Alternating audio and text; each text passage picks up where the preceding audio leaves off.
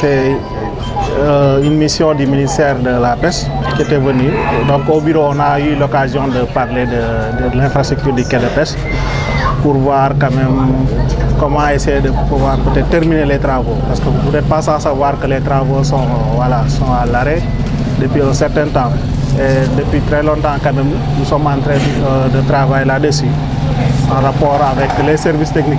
Je pense que le chef de service, l'inspecteur régional, a eu à faire une mission spécifique avec le chef de service de l'urbanisme pour faire l'état des lieux quand même, afin de présenter ça au nouveau ministre, à la nouvelle ministre quand même de chargée des pêches. Donc c'est là où nous en sommes pour l'instant. Et nous attendons la signature de ce rapport pour pouvoir peut-être transmettre ça aux autorités supérieures.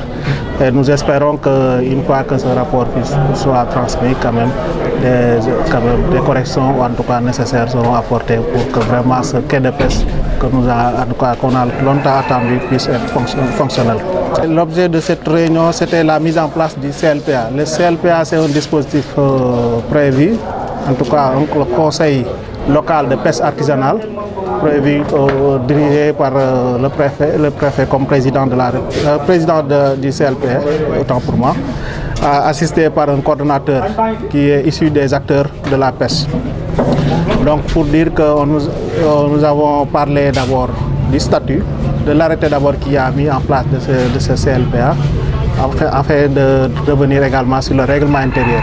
C'est à la suite de ces deux présentations que nous avons procédé à l'élection du bureau qui doit accompagner quand même le préfet dans le cadre de ses missions dans le CLPA.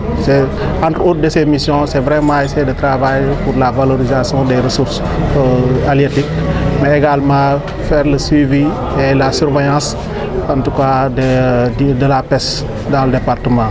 Donc c'était l'objet de la rencontre et par la suite nous avons instruit quand même qu'il y ait aussi des instances au niveau des arrondissements, à l'échelle même commune et jusqu'à l'échelle village pour que vraiment nous puissions impliquer l'ensemble des acteurs quand même afin d'avoir notre objectif final qui est de faire revenir les ressources et de les préserver pour les générations futures.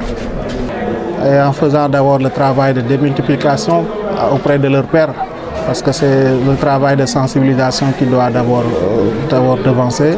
C'est par la suite également de faire, en tout cas pour chaque candidat qui a pris un poste, de faire le travail nécessaire, parce que l'arrêté a été très clair pour chaque poste et le règlement intérieur également. Donc chaque candidat doit pouvoir faire le travail comme il faut, le poste qu'il occupe.